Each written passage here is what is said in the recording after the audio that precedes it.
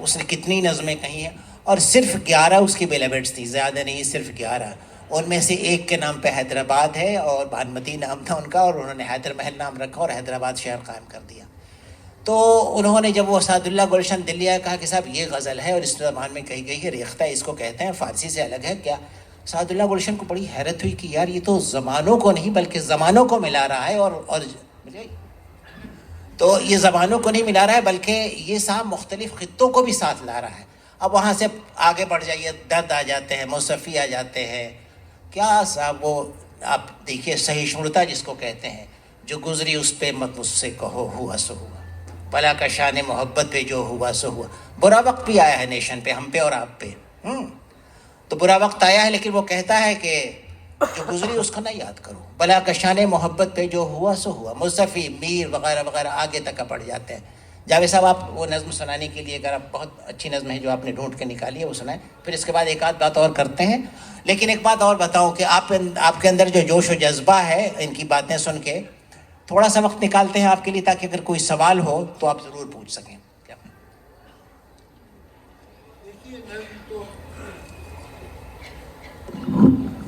یہ نظم تو لمبی ہے، میں اس کا ایک حصہ آپ کو سناتا ہوں. پوری نظم ویسی ہی ہے لیکن لمبی ہے، تو میں اس کا آپ کو ایک حصہ سنا.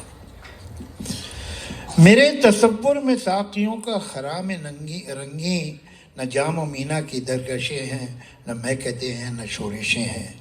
میں چھوٹے چھوٹے گھروں کی چھوٹی سی زندگی میں گھرا ہوا ہوں، اندھیرے قصبوں کو یاد کر کے تڑپ رہا ہوں.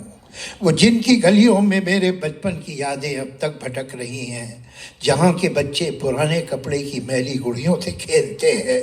وہ گاؤں جو سینکڑوں برس سے بسے ہوئے ہیں، کسانوں کے جھونپڑوں پہ ترکاریوں کی بیلیں چڑھی ہوئی ہیں. پرانے پیپل کے جڑ میں پتھر کے دیوتا بے خبر پڑے ہیں. قدیم برگد کے پیڑ اپنی جٹائیں کھولے ہوئے کھڑے ہیں.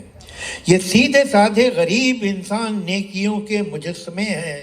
یہ محنتوں کے خدا، یہ تخلیق کے پیمبر جو اپنے ہاتھوں کے کھردرے پن سے زندگی کو سنوارتے ہیں. لوہار کے گھن کے نیچے لوہے کی شکل تبدیل ہو رہی ہے. کمہار کا چاک چل رہا ہے، سراہیاں رقص کر رہی ہیں. سفید آٹا سیاہ چکی سے راکھ بن کر نکل رہا ہے. سنہرے چولوں میں آگ کے پھول کھل رہے ہیں. پتیلیاں گنگنا رہی ہیں. دھوئیں سے کالے توے بھی چنگاریوں کے ہونٹوں سے ہنس رہے ہیں. دوپٹے آنگن میں ڈوریوں پر ٹنگے ہوئے ہیں اور ان کے آنچل سے دھانی بوندیں ٹپک رہی ہیں. سنہری پگ ڈنڈیوں کے دل پر سیاہ لہنگوں کی سرخ گھوٹیں مچل رہی ہیں. یہ سادگی کس قدر حسین ہے. میں جیل میں بیٹھے بیٹھے اکثر یہ سوچتا ہوں، جو ہو سکے تو اودھ کی پیاری زمین کو گود میں اٹھا لوں اور اس کے شاداب لہلہاتی ہوئی جبی کو 1000 بوسوں سے جگمگاتا. یہ ہے نیشنلزم، یہ ہے پیٹریوٹزم. اپنی زمین سے، اپنے لوگوں سے یہ محبت جو ہے، یہ ہے پیٹریوٹزم اور یہ ہے نیشنلزم. نیشنلزم نعرے بازی ہی نہیں ہے. اب آپ نے مجھے تھوڑی سی چھوٹ دی ہے تو میں ایک اور نظم جس کا میں نے ذکر کیا تھا، گنگا کے 3 روپ. کوئی نذیر بنارسی، یہ دو نذیر اکبر آبادی الگ تھے، نذیر بنارسی دوسرے شاعر تھے جنہوں نے یہ نظم لکھی ہے.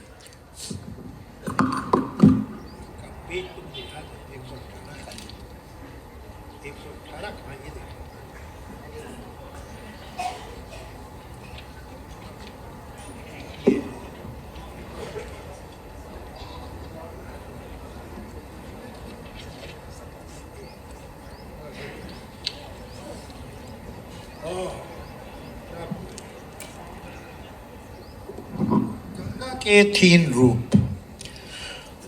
وہ سورج ڈوبا، وہ دن نے جھک کر بڑھایا روشنی کا ڈیرا. وہ رکھ کے کاندھے پہ کالی کملی، ہر ایک طرف سے اٹھا اندھیرا. اداسیاں بڑھ کے 4 جانب لگائے جاتی ہیں اپنا پھیرا.